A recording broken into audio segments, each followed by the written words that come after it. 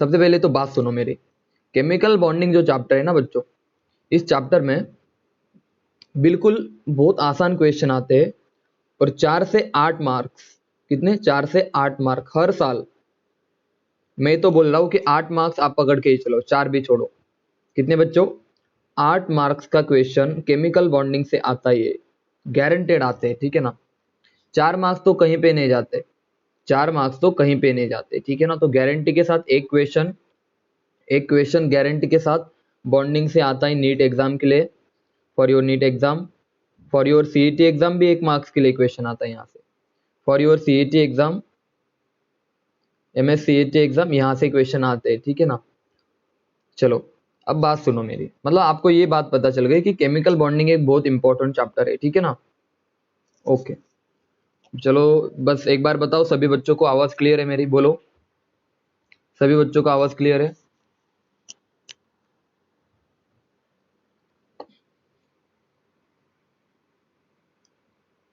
अब ध्यान से सुनो, ठीक है, गुड।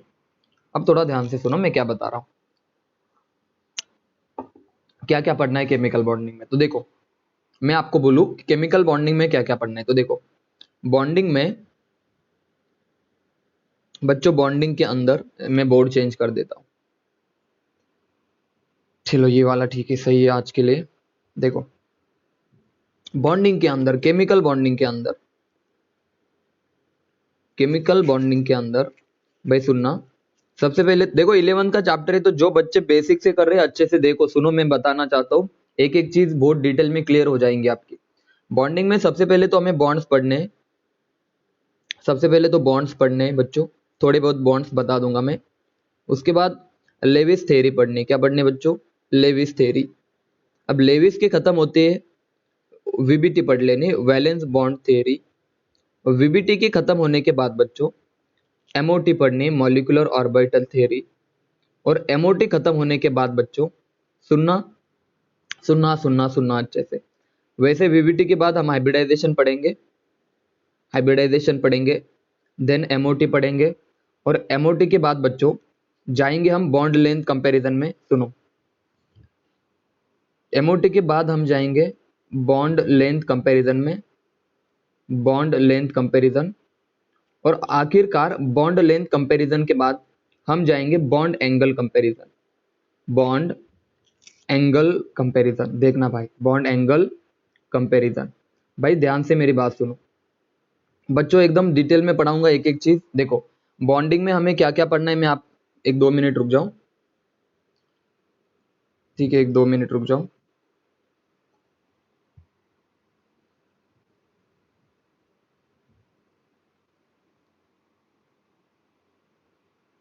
देखो, बॉन्डिंग में सबसे पहले तो बॉन्ड्स पढ़ेंगे, उसके बाद लेविस थ्योरी, उसके बाद VBT, hybridisation, molecular orbital theory, bond length और बॉन्ड एंगल।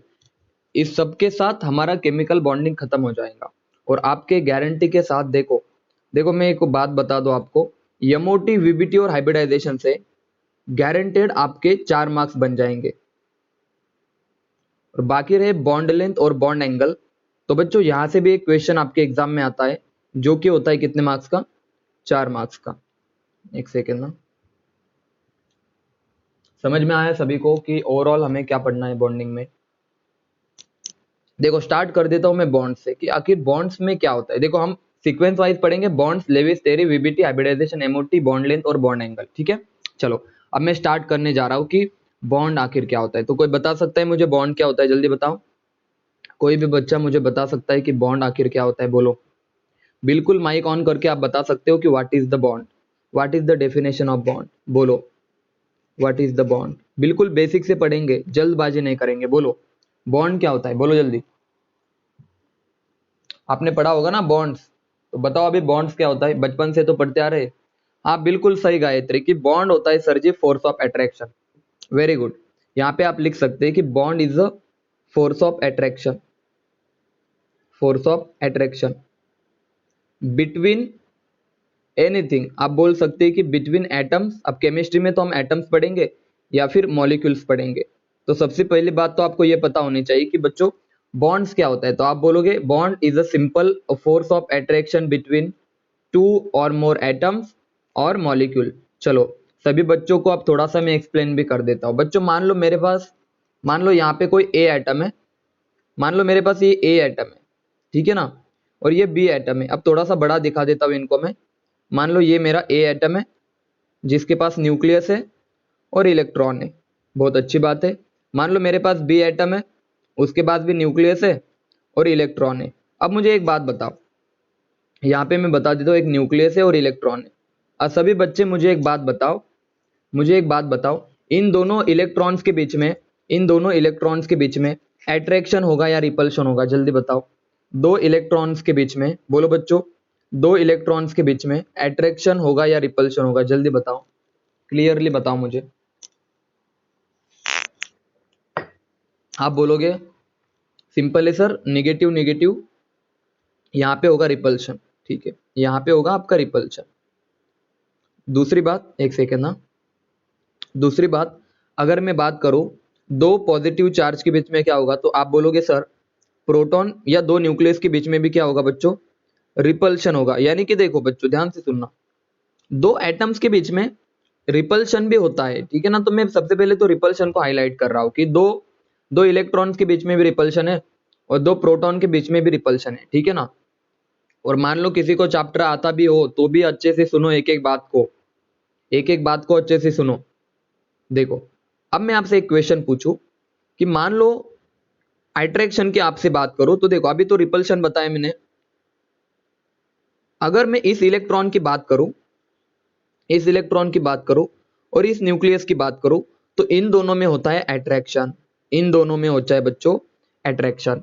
और अगर इस न्यूक्लियस की, सॉरी इस इलेक्ट्रॉन की और इस न्यूक्लियस की बात करूं, तो इन दोनों में भी अट्रैक्शन होता है। यानी कि दो एटम्स के बीच में रिपल्शन भी होता है और अट्रैक्शन भी होता है। समझे या नहीं समझे? जल्दी बताओ। दो एटम्स के बीच में आपकी दो चीजें काम कर रही होती है, दो टाइप के फोर्स काम कर रहे होते हैं बच्चों। या तो अट्रैक्टिव फोर्स होते हैं दो एटम के बीच में, या तो दो एटम के बीच में अट्रैक्शन फोर्स होगा या रिपल्शन फोर्स होगा। अब मैं केस नंबर फर्स्ट की बात कर लेता हूं कि मान लो अट्रैक्शन ज्यादा है रिपल्शन से, फोर्स ऑफ अट्रैक्शन ज्यादा है रिपल्शन से, यानी कि ए एटम इधर है और बी एटम इधर है। अब ये बी ए की तरफ आ रहा है, ठीक है ना बच्चों, ये बी ए की तरफ आ रहा है, यानी कि पहले केस में अट्रैक्शन और रिपल्शन दोनों फोर्सेस इक्वल है, सॉरी आपकी जो अट्रैक्शन है ना वो ज्यादा है रिपल्शन से।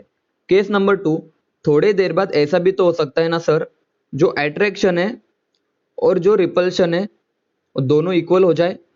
और अगर मैं इनको ज्यादा करीब लेके आ जाऊं बच्चों, अगर ए और बी को मैं ज्यादा करीब लाऊं, ज्यादा करीब लाओ बच्चों, तो इन दोनों के न्यूक्लियस में रिपल्शन होगा। ज्यादा अगर इनको करीब लेके आ गया मैं, ज्यादा ही इनकी दूरियां मिटा दी मैंने, तो इनमें रिपल्शन बढ़ेगा। यानी कि आप बोल सकते हो केस नंबर थर्ड कि force of repulsion is greater than force of attraction. आपके पास तीन चीजें बन के आई बच्चों, आपके पास तीन चीजें बनी। कौन कौन सी चीजें बनी बताओ मुझे, जल्दी बताओ कौन कौन सी तीन चीजें बनी। केस नंबर वन, जो फोर्स ऑफ अट्रैक्शन था वो ज्यादा था फोर्स ऑफ रिपल्शन से। Case number two, force of attraction और फोर्स ऑफ रिपल्शन दोनों इक्वल बने। और बच्चों force number case number three, force of repulsion आपका ज्यादा हो गया फोर्स ऑफ अट्रैक्शन से। तो आइए इसको थोड़ा सा मैं थोड़ा अच्छे से समझाओ। देखो जब भी बॉन्ड बनता है, जब भी बॉन्ड फॉर्म होता है ना बच्चों, तो डेफिनेटली फोर्स ऑफ अट्रैक्शन होता है, ये सबको पता है। और जब भी बॉन्ड फॉर्म होगा फोर्स ऑफ अट्रैक्शन बनेंगी, तब दो जो एटम थे आपके, देखो ए और बी दो एटम थे, ये दोनों एक दूसरे के पास आएंगे।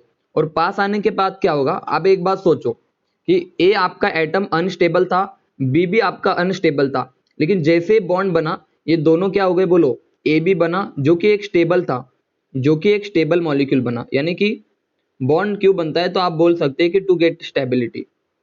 बात सुनना, अगर आपसे कोई पूछे कि बॉन्ड क्यों बनता है, तो आप बोल सकते हो कि बॉन्ड बनने के पीछे रीजन है स्टेबिलिटी। स्टेबिलिटी का क्या मतलब होता है कि सर जब भी फोर्स ऑफ अट्रैक्शन होगा आपका सिस्टम स्टेबल होगा, यानी एनर्जी क्या होगी बोलो भाई, एनर्जी हमेशा क्या होगी, रिलीज होगी। इस चीज को थोड़ा सा हाईलाइट कर लेना कि जब बॉन्ड बनेगा तब एनर्जी रिलीज होगी। आप ऐसे सोच सकते हो कि मान लो कोई लड़का है, देखो आप ऐसे सोच सकते हो कि मान लो कोई लड़का है, सॉरी कोई लड़की है और कोई लड़का है। मान लो अभी इनकी शादी नहीं हुई, ठीक है ना भाई, इनकी अभी तक शादी नहीं हुई, मान लो अभी इनकी शादी कर दी, शादी के पहले घूमता था, इधर उधर जाता था, शादी के पहले ये भी इधर उधर जाती थी, अपनी एंजॉयमेंट मतलब दोनों की लाइफ मस्त खुश थी। लेकिन जब शादी इनकी हो गई तो बेचारे अब एक साथ जुड़ गए ना, अब ये हो गया इनका बॉन्ड, ठीक है ना, ये इनका बन गया बॉन्ड। अब बॉन्ड बनने के बाद एनर्जी तो दोनों की कम होगी, यही मैं बताना चाहता हूँ कि जब बॉन्ड बनता है ना कहीं पर भी तो एनर्जी रिलीज होगी। पहले इसकी भी बहुत ज्यादा एनर्जी थी, इसका भी बहुत ज्यादा एनर्जी थी, लेकिन बॉन्ड बनने के बाद एनर्जी रिलीज हुई, यानी कि जो सिस्टम था। और हम हमारे लाइफ में स्टेबिलिटी का क्या मतलब है, शादी, ये हो गई शादी, ये बन गए स्टेबल। और जब कोई भी स्टेबल बनेगा तो एनर्जी हमेशा रिलीज होगी। चलो यहाँ तक की बातें क्लियर है, बोलो जल्दी, यहाँ तक की बातें क्लियर है, जल्दी बताओ। सामने वाली चीजें सभी बच्चों को क्लियर है। अब मैं थोड़ा आगे बढ़ता हूँ, ठीक है ना। देखो वेरी गुड, अब मैं थोड़ा आगे बढ़ता हूँ। देखो बच्चों, मैं बस ये बताना चाहता, अभी तक मैंने एक ही चीज बताई कि बॉन्ड क्यों बनता है, तो आप बोलोगे sir why bond is form to get stability, stable होने के लिए बॉन्ड बनता है। और बॉन्ड जब भी बनेगा तब एनर्जी रिलीज होगी, बॉन्ड जब भी बनेगा तो एनर्जी रिलीज होगी, आपकी सिस्टम की एनर्जी थोड़ी सी लेस होगी जब बॉन्ड बनेगा तब, यही बताया मैंने। अब देखो इन चीजों को थोड़ा समझते हैं। मान लो मेरे पास अब मैं एक ग्राफ बनाता हूँ और इस ग्राफ से बहुत बार क्वेश्चन आते हैं, ठीक है ना, आपके एग्जाम। और इस साल भी शायद जो नीट की प्रिपरेशन कर रहा है, याद रखना यहाँ से क्वेश्चन आने के पूरे चांसेस है बच्चों, मैं बता रहा हूँ पूरे 100% चांसेस है कि यहाँ से क्वेश्चन आ जाए। देखो मान लो ये मेरा ग्राफ है कुछ इस तरह से देखो, मान लो ये मेरी ए एनर्जी, यहाँ पे लिख दूं मैं एनर्जी, अच्छे से लिखो पोटेंशियल एनर्जी, ठीक है ना। इस ग्राफ पे पोटेंशियल एनर्जी ऊपर की तरफ बढ़ती है और नीचे की तरफ कम होती है। भाई ध्यान से सुनना, मजा आने वाला है बच्चों। मान लो एक एटम मेरे पास ये वाला ए एटम है, और भाई सुनना, ये मेरा बी एटम है इधर, ये बी एटम। अब दोनों को मैं पास ला रहा हूँ, देखो ये मेरा मान लो विराट कोहली, ये मेरा हमारा विराट कोहली है, और ये एम एस धोनी है, जो कि पहले था, पहले उसके बाल बड़े थे। समझ में आ रहा है सभी को। देखो यार धोनी को अगर दूर से देखा आपने, पहले जब वो कीपिंग करता था, ठीक है, देखो धोनी बहुत अच्छा इंसान है, तो यहाँ पे आप अच्छे तरीके से देखो, ठीक है ना। अब विराट कोहली का होने वाला है यहाँ पे क्या, देखो आप उसका स्कैम होने वाला है, देखो मैं आपको बताऊंगा, उसके साथ बहुत बड़ा मजाक होने वाला है। देखो समझो, ये था एम एस धोनी, उसके बड़े बड़े बाल थे, पहले, बहुत पहले की बात कर रहा हूं मैं, उसके बड़े बड़े बाल थे। ये विराट कोहली, इसको लगा, ये इसने बहुत दूर से देखा, इसने इसको बहुत दूर से देखा धोनी को, विराट को लगा ये तो मेरी अनुष्का है। मतलब आपको समझ में आ रहा है मैं क्या बता रहा हूं। जब विराट ने धोनी को दूर से देखा, विराट को लगा अनुष्का है, तो विराट भागते भागते पास में गया। मतलब जब वो विराट उसके पास जा रहा था ना भाई, ध्यान से सुनना, तो आप बोल सकते हैं कि अट्रैक्शन हो रहा था। मेरे बात समझ में आ रही सबको। धोनी के बाल बड़े हुए थे, ठीक है ना, स्टार्टिंग को, पहले जमाने की बात है, जब 4 5 6 साल पहले की बात है, ठीक है ना, ज्यादा साल पहले की। तो विराट ने उसको देखा दूर से, विराट को लगा कि भाई ये मेरी अनुष्का है, तो विराट भागते भागते गया, ठीक है ना, भागते भागते गया, यानी कि देखो उसकी स्टेबिलिटी बढ़ रही थी, देखो एनर्जी कम हो रही थी ना, देखो स्टेबिलिटी, देखो पहले दोनों की एनर्जी सेम थी, जैसे जैसे अट्रैक्शन हुआ एनर्जी बच्चों कम होने लगी, देखो एनर्जी रिलीज होने लगी। एनर्जी रिलीज होने के बाद विराट कोहली एक पर्टिकुलर टाइम पे आके रुक गया, इधर आके रुक गया, भाई ध्यान से सुनना। यहां से एटम इधर की तरफ आ रहा है और इस पर्टिकुलर पॉइंट पे आपका एटम आके रुक गया, इस डिस्टेंस पे, ये डिस्टेंस पे, ठीक है ना, यहां से भागते भागते यहां पे आ गया। अब उसकी एनर्जी सबसे कम है इस डिस्टेंस पे, इसकी एनर्जी सबसे कम है। सबसे पहले तो आप बताओ ये वाले पॉइंट पे, ये वाला जो कर्व है ना, ध्यान से सुनना, यहाँ पे क्या था बच्चों, यहाँ पे ना अट्रैक्टिव टर्म ज्यादा थी, क्योंकि वो भागते भागते आ रहा था ना, यानी कि अट्रैक्शन ज्यादा था रिपल्शन से। ये वाली चीज सबको क्लियर है कि स्टार्टिंग में अट्रैक्शन ज्यादा था रिपल्शन से। बच्चों क्लियर है, स्टार्टिंग में अट्रैक्शन ज्यादा था रिपल्शन से, ये बात सभी को क्लियर है। यानी कि देखो एनर्जी नीचे नीचे आ रही है बच्चों, एनर्जी नीचे नीचे आ रही है, यानी कि एनर्जी कम हो रही है स्टार्टिंग को, क्योंकि अट्रैक्टिव टर्म ज्यादा है। अब पर्टिकुलर टाइम पे आके आपका विराट कोहली रुक गया, इस डिस्टेंस पे आके विराट कोहली रुक गया। विराट को थोड़ा शक होने लगा, कि ये धोनी है या अनुष्का है। मतलब अब उसे पता चल गया है कि मेरे साथ बहुत बड़ा मजाक हो चुका है, ठीक है ना। दूर से मुझे वो अनुष्का लगी, जैसे मैं उसके पास आने की कोशिश कर रहा था, एक टाइम पे विराट रुक जाएगा, बोलेगा बाबा ये तो धोनी निकला। अब होगा यहाँ पे आने के बाद विराट कोहली को लगा कि अब ये कौन है, धोनी है, क्योंकि इसके सिर्फ बाल बड़े, एक्चुअल में धोनी है। यानी कि अब देखो इस वाले पर्टिकुलर पॉइंट पे, इस वाले पर्टिकुलर पॉइंट पे बच्चों ध्यान देना, फोर्स ऑफ अट्रैक्शन बच्चों सुनना और फोर्स ऑफ रिपल्शन क्या हो जाएंगे बोलो बच्चों, इक्वल हो जाएंगे इस वाले पर्टिकुलर टाइम पे। यानी एक पर्टिकुलर टाइम के बाद दोनों एटम रुक जाएंगे, वो सोचने लगेंगे कि अब इसके आगे मैं बढ़ नहीं सकता, क्योंकि मेरा अट्रैक्शन खत्म और अब रिपल्शन स्टार्ट होने वाला है। और जैसे ही विराट कोहली आगे आगे बढ़ने लगा, आगे आगे बढ़ने लगा, उसको रिपल्शन फील होने लगा कि बाबा ये तो धोनी निकला, यहाँ तक पहुंच गया। यानी कि यहाँ पे भी पॉजिटिव चार्ज था न्यूक्लियस, इसके पास भी पॉजिटिव चार्ज था। अब ज्यादा पास जाने के बाद रिपल्शन बढ़ेगा। और अब मुझे बताओ रिपल्शन बढ़ने के बाद इस वाले पॉइंट पे क्या होगा बोलो भाई, force of repulsion is greater than force of attraction. यानी कि अब इस वाले पॉइंट पे, इस पर्टिकुलर पॉइंट के बाद रिपल्शन ज्यादा होगा एज कंपेयर टू अट्रैक्शन। यानी कि देखो एनर्जी बढ़ रही है, अगर रिपल्शन बढ़ेगा तो एनर्जी बढ़ेगी, अट्रैक्शन बढ़ेगा तो एनर्जी कम होगी। Now this is the potential energy diagram of, ध्यान देना, ये आपका डायग्राम था दो हाइड्रोजन एटम के बीच में का। यानी कि जब H2 मॉलिक्यूल आपका बनता है ना, तो स्टार्टिंग में बच्चों अट्रैक्शन होता है, ध्यान से सुनना, मेरी बात ध्यान से सुनना। जब हाइड्रोजन मॉलिक्यूल बनता है ना आपका, तो स्टार्टिंग में अट्रैक्शन होता है, और उसके बाद पर्टिकुलर पॉइंट पे बच्चों अट्रैक्टिव फोर्स और रिपल्सिव फोर्स इक्वल हो जाती है। और उस पॉइंट के बाद अगर दो एटम एक दूसरे के और पास आए, और पास आए, तो रिपल्शन बढ़ेगा और अट्रैक्शन कम होगा। क्या सभी बच्चों को ये डायग्राम समझ में आई, बोलो सबके सब। कब अट्रैक्टिव टर्म ज्यादा होगी, कब रिपल्सिव टर्म ज्यादा होगी। अब मैं आपसे एक क्वेश्चन पूछता हूँ, देखो अब मैं आपसे एक क्वेश्चन पूछता हूँ, देखो एग्जाम के क्वेश्चन करवा रहा हूँ, रुक जाओ। इस ग्राफ के ऊपर एग्जाम के क्या क्वेश्चन आते हैं मैं आपको बता रहा हूँ, ठीक है ना बच्चों। देखो अभी इस ग्राफ के ऊपर क्या क्वेश्चन आते हैं, अभी बॉन्डिंग स्टार्ट हुआ है जस्ट, तो बिल्कुल आखिरी तक जुड़े रहिएगा, ठीक है ना, सारी चीजें समझ में आएंगी। देखो मैं आपसे एक ग्राफ बना के पूछूं, मान लो एग्जाम का क्वेश्चन है, आ चुका है एग्जाम में, ये मान लो अच्छे से बना देता हूँ, ठीक है ना। और यहाँ पे आपको ये कुछ इस तरह से क्वेश्चन है, मान लो ये कुछ इस तरह से, ठीक है ना। अब मेरी बात ध्यान से सुनो, आपसे ना एक पॉइंट दे दे एग्जामिनर, ये ए पॉइंट है, एक पॉइंट दे दे बी, और एक पॉइंट दे दे सी, और आपसे पूछे कि बोलो ए पॉइंट में क्या होगा, और कौन सा ए पॉइंट पे कौन सी टर्म बराबर है, तो आप बोलोगे सर ए पॉइंट पे force of attraction is greater than force of repulsion. अब मुझे बताओ बच्चों बी पॉइंट पे क्या होना चाहिए, तो आप बोलोगे सर बी पॉइंट पे आपका आएगा force of attraction is equal to force of repulsion, सही है ना बच्चों। और सी पॉइंट पे क्या आएगा जल्दी बताओ, force of repulsion is greater than force of attraction. तो ये चीजें आपको अच्छे से अभी याद रख लेनी, यहाँ से क्वेश्चन आएंगे, यहाँ से क्वेश्चन आएंगे। समझ में आया सभी बच्चों को, क्वेश्चन कहाँ से आएंगे जल्दी बताओ, इज इट क्लियर और नॉट, बोलो बच्चों। फर्स्ट टाइप के क्वेश्चन कहाँ से आएंगे सभी को समझ में आया, बहुत अच्छी बात है, चलो अच्छी बात है, आगे बढ़ते हैं, ठीक है ना। अभी तक मैंने एक ही चीज पढ़ाई कि बॉन्ड क्या होता है, अब देखो थोड़े टाइप्स ऑफ बॉन्ड की तरफ चलते हैं, ठीक है ना बच्चों। चलो बिल्कुल नया पॉइंट है, ध्यान से सुनना, सबको समझ में आएगा और मजा भी आएगा। देखो अब यहाँ पे लिख देता हूँ types of bond, types of bond. एक होता है आपका कौन सा बॉन्ड, देखो ध्यान से सुनना, बॉन्ड का मीनिंग मैंने बताया, अब टाइप देख लेते।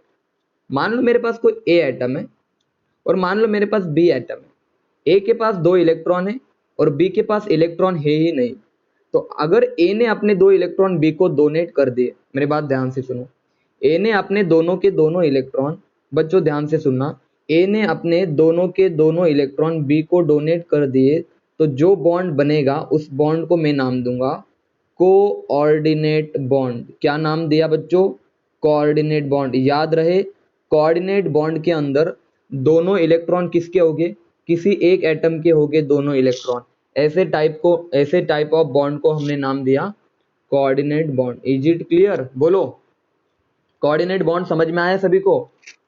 अगर किसी एक एटम, अरे सुनो, अगर किसी एक एटम ने अपने दो इलेक्ट्रॉन किसी दूसरे को दे दे, एक बंदे ने अपने सारे पैसे दूसरों को दे दिए, लुटा दिए, भाई खुश रहे तू, ऐसे बॉन्ड्स को हम बोलेंगे कोऑर्डिनेट बॉन्ड।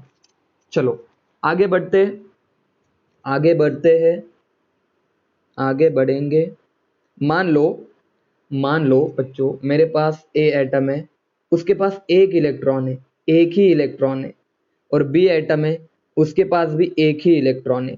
दोनों ने कहा भाई तू मुझे एक इलेक्ट्रॉन दे और मैं भी एक इलेक्ट्रॉन दूंगा। क्या बना रे, बोलो भाई क्या बना? ये बना आपका को ये सॉरी ये कौन सा बॉन्ड है, बोला बोलो सबके सब, कोवैलेंट बॉन्ड। क्लियर है सभी को?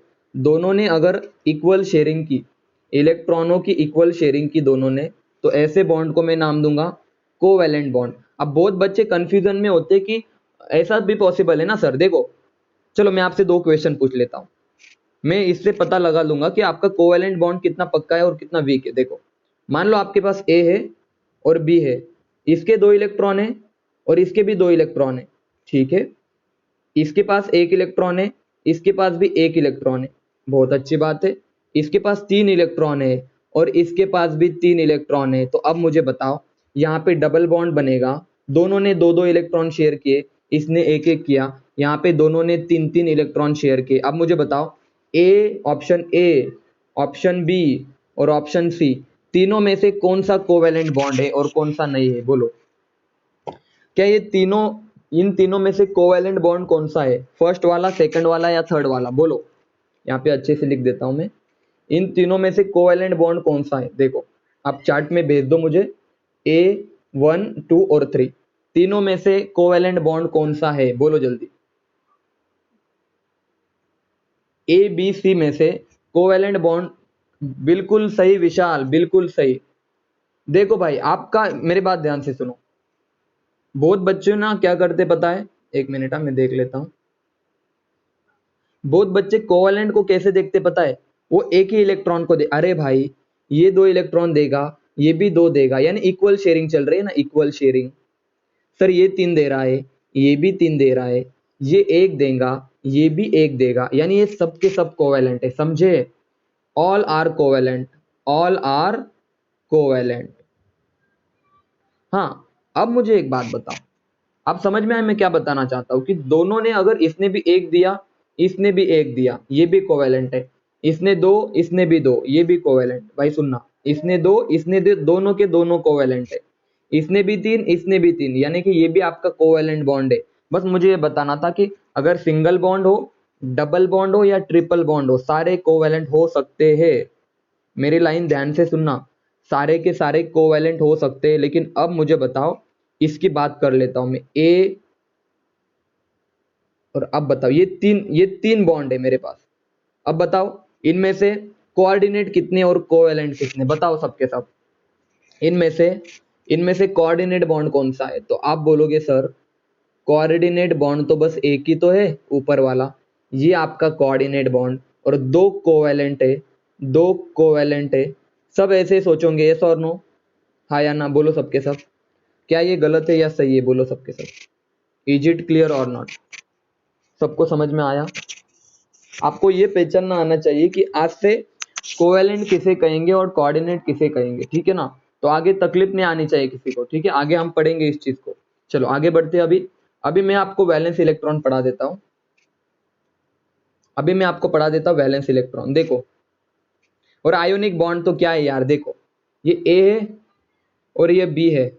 भाई ए ने अपना इलेक्ट्रॉन बिल्कुल इसको ट्रांसफर कर दिया। भाई सुनना मेरी बात को, ए ने अपना इलेक्ट्रॉन, ए ने अपना इलेक्ट्रॉन, ध्यान से सुनना, इस इलेक्ट्रॉन को ट्रांसफर किया, ट्रांसफर, और किसको दिया? ए को दिया, भाई तू ले ले। तो ए आप बेचारा पॉजिटिव बन जाएगा और बी के ऊपर बेचारे के पास एक इलेक्ट्रॉन एक्स्ट्रा यानी निगेटिव चार्ज आ जाएगा। और इन बॉन्ड्स को, इन आयंस के बीच में जो बॉन्ड बनेगा बच्चों, इन आयंस के बीच में जो बॉन्ड बनेगा उसे मैं नाम दूंगा बच्चों, इनमें जो फोर्स ऑफ अट्रैक्शन होगी, इन दोनों में जो फोर्स ऑफ अट्रैक्शन होगी, इस फोर्स ऑफ अट्रैक्शन को मैं नाम दूंगा आयोनिक बॉन्ड। समझे? आयोनिक बॉन्ड में ट्रांसफर, कंप्लीट ट्रांसफर होता है, कंप्लीट ट्रांसफर ऑफ इलेक्ट्रॉन होता है बच्चों। बच्चों आयोनिक बॉन्ड में होता है कंप्लीट ट्रांसफर ऑफ इलेक्ट्रॉन। समझ में आया सभी को? जल्दी बताओ। देखो पहले तो कोऑर्डिनेट सबको समझ में आना चाहिए, उसके बाद कोवैलेंट सबको समझ में आना चाहिए। और आयोनिक बहुत सिंपल है, कोई एक एटम अपना एक इलेक्ट्रॉन या दो इलेक्ट्रॉन या तीन इलेक्ट्रॉन, कितने भी इलेक्ट्रॉन हमें नहीं फर्क पड़ता, लेकिन कंप्लीट ट्रांसफर कर दे किसी और को, तो उसे हम बोलेंगे आयोनिक बॉन्ड। चलो अब मैं आगे बढ़ता हूँ थोड़ा सा, ये बहुत बेसिक थी, यहाँ से आपके एग्जाम में कोई क्वेश्चन नहीं आने वाला, ठीक है। अभी तक जो पढ़ाया वहां से आपके एग्जाम में कोई क्वेश्चन नहीं आने वाला। अब हम पढ़ेंगे सीधा सीधा पढ़ेंगे हम लेविस लेविस थियरी। अब लेविस थियरी से पहले मैं आपको एक चीज बता दूं, वैलेंस इलेक्ट्रॉन। देखो यहाँ पे बॉन्डिंग अगर आपको सीखनी है तो पहले आपको वैलेंस इलेक्ट्रॉन आनी चाहिए। वैलेंस इलेक्ट्रॉन, वैलेंस इलेक्ट्रॉन का मतलब होता है बच्चों, देखो कोई भी एटम है, कोई भी एटम है मान लो, और उसके अंदर ये शेल होती है, first shell, second shell, third shell, ठीक है ना। देखो ये शेल नंबर फर्स्ट, ये शेल नंबर फर्स्ट, ये शेल नंबर टू, ये शेल नंबर टू है, और ये शेल नंबर थ्री है, ठीक है ना। तो इसकी जो आउटर मोस्ट शेल है, आउटर मोस्ट शेल का मतलब क्या होता है, बाहर वाली, एक बाहर वाली और एक घर वाली, ऐसा नहीं है, ठीक है ना। यहाँ पे अंदर वाली शेल और ये बाहर वाली शेल, यानी कि outermost shell, outermost shell. अगर किसी एटम के अंदर, किसी एटम के आउटर मोस्ट शेल के अंदर दो इलेक्ट्रॉन है, तो इसके वैलेंस इलेक्ट्रॉन कितने बच्चों, उसके दो वैलेंस इलेक्ट्रॉन है। समझ में आया सभी को। तो आउटर मोस्ट शेल के जो इलेक्ट्रॉन्स होते हैं ना, आउटर मोस्ट शेल्स के जो इलेक्ट्रॉन्स होते हैं ना बच्चों, उसे हमने नाम दिया, उसे हमने नाम दिया वैलेंस इलेक्ट्रॉन। सभी बच्चों को वैलेंस इलेक्ट्रॉन का मीनिंग समझ में आया। पहले तो ये बताओ, मैसेज करके बताओ सबके सब, किसी भी एटम के बाहर वाली शेल में जितने भी इलेक्ट्रॉन्स होते हैं ना, उसे हम बोलेंगे वैलेंस इलेक्ट्रॉन। बच्चों वैलेंस इलेक्ट्रॉन सबको समझ में आया, बोलो। जब तक क्लियर नहीं होता तब तक आगे नहीं बढ़ेंगे, बोलो जल्दी। सभी को क्लियर है? चलो अब आगे बढ़ेंगे। अब देखो काम की चीज, देखो भाई, देखो भाई काम की चीज। हाँ,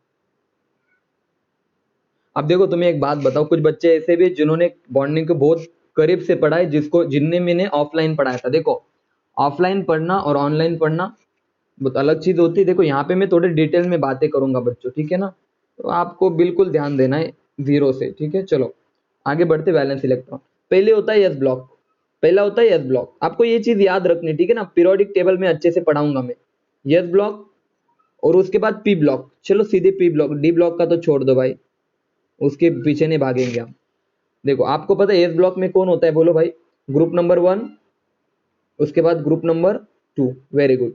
और पी ब्लॉक में कौन होता है भाई, बोलो भाई। पी ब्लॉक में 13, 14, बोलो 13 के बाद कौन आता है, ग्रुप नंबर 14, देन 15, देन बोलो भाई 16, 17 और 18 ग्रुप। अब मेरे बात ध्यान से सुनो, मैं आपको सीधे बता रहा हूँ, सीधे। मान लो ग्रुप नंबर 1 में आप लिख सकते हो, किसको लिखोगे बोलो। आपका आता है यहाँ पे ग्रुप नंबर 1 में कौन आता है रे, सोडियम लिथियम वगैरह आता है, लिथियम सोडियम, ओके ना। उसके बाद इधर आता है बेरिलियम मैग्नीशियम, ये वाली चीज आती है, कैल्शियम, ये वाली चीज आती है। 13 में आता है बोरॉन, इधर आता है 14 में कार्बन, नाइट्रोजन, ऑक्सीजन, इधर आता है फ्लोरीन, और बच्चों इधर आता है आपका नियॉन। अब मेरे बात ध्यान से सुनो, ग्रुप नंबर 1 की वैलेंस इलेक्ट्रॉन होते हैं 1, ग्रुप नंबर 2 के वैलेंस इलेक्ट्रॉन होते हैं 2, बोरॉन फैमिली के वैलेंस इलेक्ट्रॉन होते हैं 3, कार्बन फैमिली के पास 4 वैलेंस इलेक्ट्रॉन होते हैं, नाइट्रोजन के पास बच्चों 5 होते हैं, ऑक्सीजन के पास 6 वैलेंस इलेक्ट्रॉन होते हैं, फ्लोरीन के पास बच्चों ध्यान से सुनना, फ्लोरीन के पास 7 वैलेंस इलेक्ट्रॉन होते हैं, और नियॉन के पास 8 वैलेंस इलेक्ट्रॉन होते हैं। और आप सबको पता है अगर इसके पास 8 वैलेंस इलेक्ट्रॉन है, यानी कि ये सबसे ज्यादा स्टेबल होता है, हाँ या ना बोलो। नोबल गैसेस इतने स्टेबल क्यों होते हैं, क्योंकि उनके आउटर मोस्ट शेल में 8 इलेक्ट्रॉन होते हैं, इसीलिए वो स्टेबल होते, ऐसा कहा जाता था। मेरी बात ध्यान से सुनो, मैं इस चीज पे एग्री नहीं हुआ, आपको बाद में समझ में आ जाएगा। मैंने बस इतना कहा कि अगर किसी के पास 8 इलेक्ट्रॉन है, ये मैंने नहीं कहा, ये लेविस ने कहा। किसने कहा, लेविस ने। लेविस ने कहा कि किसी के पास अगर 8 इलेक्ट्रॉन है वैलेंस में, तो बंदा स्टेबल है, वो बंदा स्टेबल है, वो उनके दुनिया का अंबानी है। एलिमेंट के दुनिया का अगर कोई पैसे वाला होगा तो कौन होगा बच्चों, अंबानी है, यानी कि नोबल गैस। समझ में आया सभी को। तो बस आपको ये लाइन एक बार अच्छे से देख लेनी है कि वैलेंस इलेक्ट्रॉन किसके पास कितने, ग्रुप नंबर 1 के पास 1, ग्रुप नंबर 2 के पास 2 वैलेंस इलेक्ट्रॉन बच्चों, बोरॉन फैमिली के पास 3 वैलेंस इलेक्ट्रॉन, कार्बन फैमिली के पास 4 वैलेंस इलेक्ट्रॉन, नाइट्रोजन के पास 5, ऑक्सीजन के पास 6, फ्लोरीन के पास 7 और नियॉन के पास 8 वैलेंस इलेक्ट्रॉन। सभी बच्चों को वैलेंस इलेक्ट्रॉन समझ में आया, बोलो। को किसके पास कितने वैलेंस इलेक्ट्रॉन हो गए, समझ में आया या नहीं, बोलो। क्लियर है सभी को? अच्छी बात है। अगर क्लियर है तो अच्छी बात है, अगर नहीं भी क्लियर तो आगे क्लियर हो जाएगा, तो वेट करो। अब चलो, सबसे पहले तो मैं आपको आपको एक चीज बताना चाहता हूं। क्या? देखो, लेविस डॉट स्ट्रक्चर, देखो यहाँ पे मैं लिख दूं। पहले तो लेविस डॉट स्ट्रक्चर की मैं बात कर लेता हूँ, ठीक है ना। लिख लो यहाँ पे, देखो लेविस डॉट स्ट्रक्चर। एक सेकेंड रुक जाओ, यहाँ पे लिख देता हूं मैं, Lewis dot structure. Lewis dot structure बहुत आसान है, यहां से भी क्वेश्चन आ सकता है, तो हमें सब एक एक क्वेश्चन करना है। उन्होंने सोडियम का लेविस डॉट स्ट्रक्चर पूछा, तो बोलो सोडियम के पास कितने वैलेंस इलेक्ट्रॉन है रे बाबा? सर ये ग्रुप नंबर 1 का है रे, तो इसके पास एक वैलेंस इलेक्ट्रॉन, तो लेविस डॉट स्ट्रक्चर क्या आएगा? इस पे ऐसी बिंदी दे दो, बिंदिया चिपका दो, ये वाला, ये बन गया Lewis dot structure of sodium. Magnesium बोलो यार, मैग्नीशियम आपका ग्रुप नंबर 2 का है, तो ग्रुप नंबर 2 के वैलेंस इलेक्ट्रॉन कितने? 2 है, तो ये होगा इसका लेविस डॉट स्ट्रक्चर। कैसे भी लिख सकते हो, 2 बिंदियां आनी चाहिए। समझ में आया सभी को? मान लो मेरे पास क्लोरीन है, मान लो मेरे पास क्लोरीन है, क्लोरीन लिख दो यहाँ पे, देखो मान लो मेरे पास क्लोरीन है, Cl है, Cl, और क्लोरीन पे आपसे पूछे लेविस डॉट स्ट्रक्चर बताओ, तो बोलो बच्चों क्लोरीन फ्लोरीन के पास कितने वैलेंस इलेक्ट्रॉन होते हैं? तो आप बोलोगे सर 7 वैलेंस इलेक्ट्रॉन। तो कितनी बिंदियां चमकेंगी, वो गाना है ना आपका, 1 2 3 4 5 6 और 7। समझे या नहीं समझे, बोलो। तो ये लेविस डॉट स्ट्रक्चर आपका होगा क्लोरीन का। आगे बढ़ते हैं, आगे बढ़ेंगे रे, आगे बढ़ो सर जी, आगे बढ़ो। जिनॉन या फिर नियॉन, आर्गॉन, क्रिप्टॉन, यहाँ पे लिख दूं मैं, नियॉन लिख देता हूं। बोलो वैलेंस इलेक्ट्रॉन कितने बच्चों? 8। तो स्ट्रक्चर क्या आएगा? Lewis structure neon 1 2 3 4 5 6 7 8। ये बन गया Lewis dot structure of neon. बच्चों सभी को लेविस डॉट स्ट्रक्चर समझ में आए कैसे निकालते, बोलो। सभी बच्चों को लेविस डॉट स्ट्रक्चर समझ में आए, बोलो रे। क्लियर है सभी को? क्लियर है अच्छे से?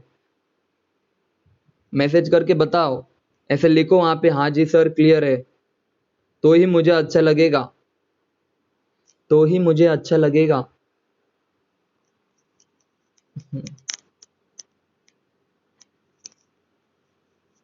गुड, अब आगे बढ़ते, अब बढ़ेंगे आगे।